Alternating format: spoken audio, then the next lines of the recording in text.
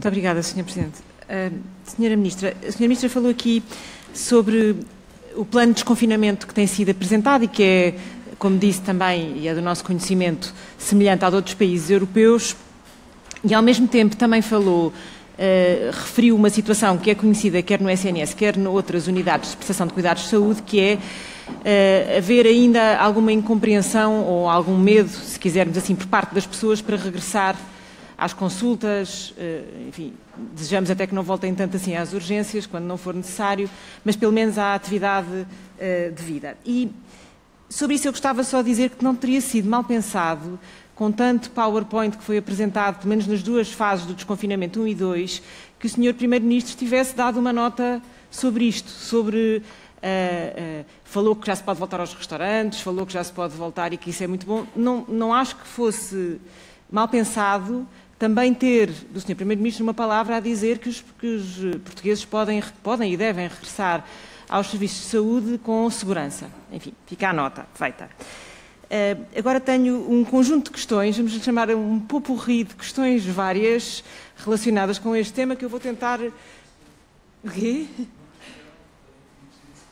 Bem sei, senhor, mas eu também não disse o contrário disso, como sabe, não é? Disse só que era uma questão de reassurance, se quiser, para usar a palavra. Bom, então, se me permite, Sr. Deputado do PS, eu volto às minhas questões.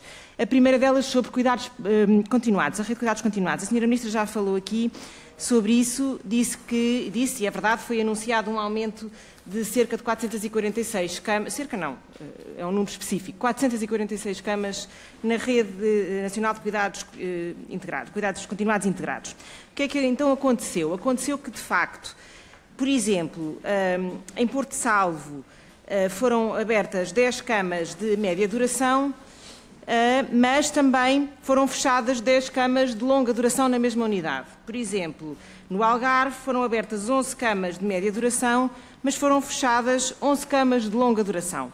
O mesmo aconteceu no centro, com uma soma que se tornou nula, no caso, por exemplo, de Alveiazer. E, portanto, o que acontece é que das 446 camas anunciadas, faltam 334 camas. E, portanto, Sra. Ministra, a questão é... o que era importante saber é o número líquido de aberturas, não é as que abrem anunciadas, mas depois sem contar com as que também fecham noutra tipologia, porque na verdade o que está a ser feito é essencialmente uma transferência de tipologias.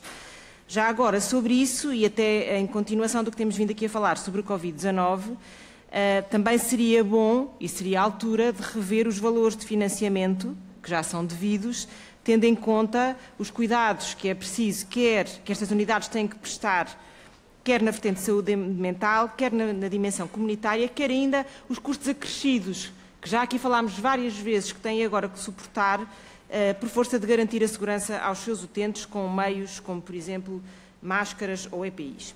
Em relação aos cuidados paliativos, também acho que temos aqui uma oportunidade de ter uma conversa diferente, porque bem sabemos que há uma falta de recursos crónica na área dos cuidados paliativos, mas foram mobilizados muito médicos para a linha da frente, médicos ligados às equipas de cuidados paliativos, assistentes sociais e psicólogos, quando os doentes mais precisaram. E, por outro lado, também se tornou mais visível que em muitas estruturas essenciais de apoio a idosos faltam estas equipas e estes apoios de equipe comunitárias. E, portanto, eu perguntava se não era a altura também de voltar a olhar para os cuidados paliativos com outra, vamos chamar, com outra dignidade, com outra atenção e reforçando as equipas. Depois gostava de lhe perguntar, Sra. Ministra, em relação, agora num tema diferente, em relação àquilo que foi até anunciado pelo Sr. Primeiro-Ministro sobre uma app, não a Trace Covid, mas a app, na altura a que foi apresentada foi a do Inesctec, a app Stay Away, que, à semelhança de outros países, pretendia, numa versão anonimizada, fazer o rastreio de contágios e agilizar a possibilidade de testes estratificados e isolamento devido. Portanto, pergunto-lhe, sempre vai haver uma app deste tipo e para quando é que se prevê, tendo em conta que já estamos há 2 semanas em desconfinamento e, portanto, ela já fazia falta.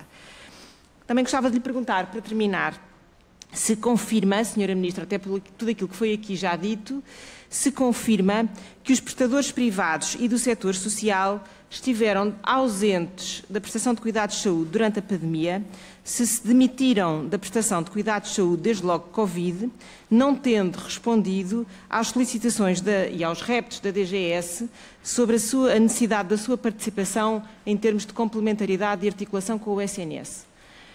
E pronto, e para terminar, Sra. Ministra, ontem num jornal espanhol dava-se conta de que houve uma reunião em 18 de fevereiro do ECDC, uma reunião em que foram tomadas várias medidas e foram avisados os países sobre a necessidade de tomar várias medidas, desde logo sobre o reforço da Reserva Nacional Estratégica, em que a Alemanha deu conta daquilo que já tinha feito, houve vários países que tiveram reações diferentes a isso.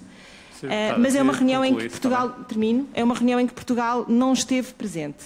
Perguntava-lhe porquê, se é habitual ou porquê que não esteve presente numa reunião que teve esta importância. Muito obrigada. Muito obrigado, Sra. Deputada. Sra. Ministra, tem a palavra. Muito obrigada, Sr. Vice-Presidente. Sra. Deputada Ana Rita Bessa. Quanto à questão da Rede Nacional de Cuidados Continuados e Integrados, dos valores e das camas, o Ministério da Saúde e o Ministério das Finanças autorizaram a despesa associada à abertura de 464 camas por uma vez e de 107 camas por outra, tudo no primeiro quadrimestre de 2020. As reconfigurações das tipologias das unidades são processos que não dependem do Ministério da Saúde, dependem dos promotores e que, por vezes, correspondem a necessidades também locais e que são articuladas com as equipas coordenadoras regionais da Rede Nacional de Cuidados Continuados e Integrados.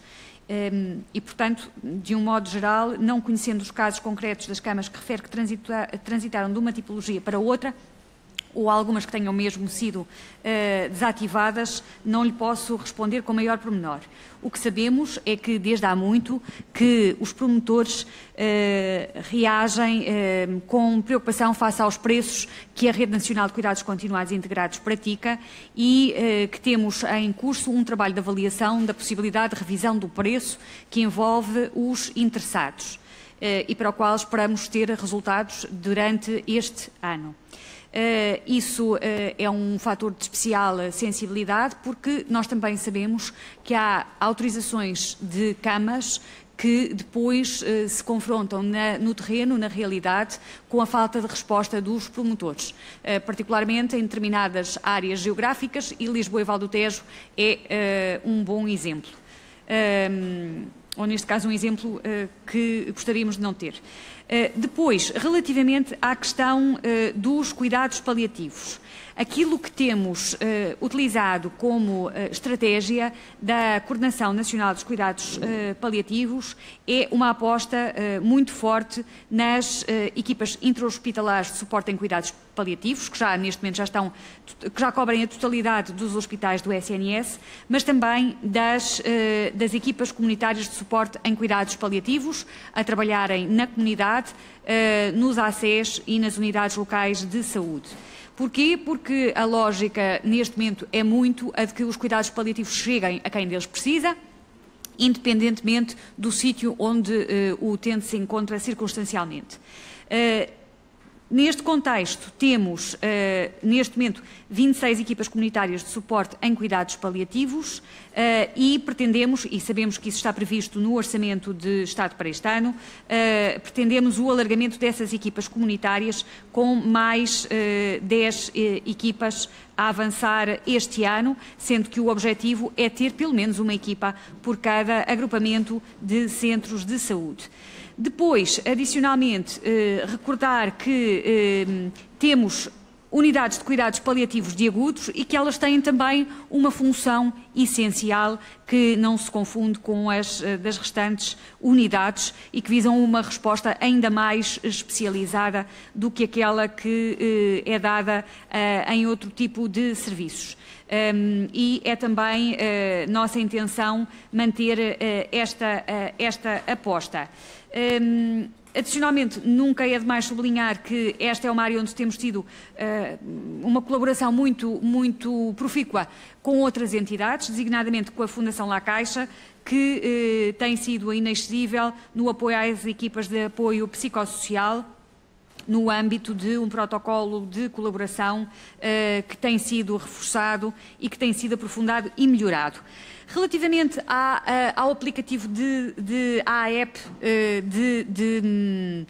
de contact tracing utilizada voluntariamente, a nossa lógica sempre foi a de que isso seria dependente de uma utilização individual e voluntária e aquilo que me parece é que poderá haver aqui um apoio significativo, interessante, que não podemos ignorar àquilo que seja uma saúde pública de precisão, como alguns, aliás, hoje já lhe chamam.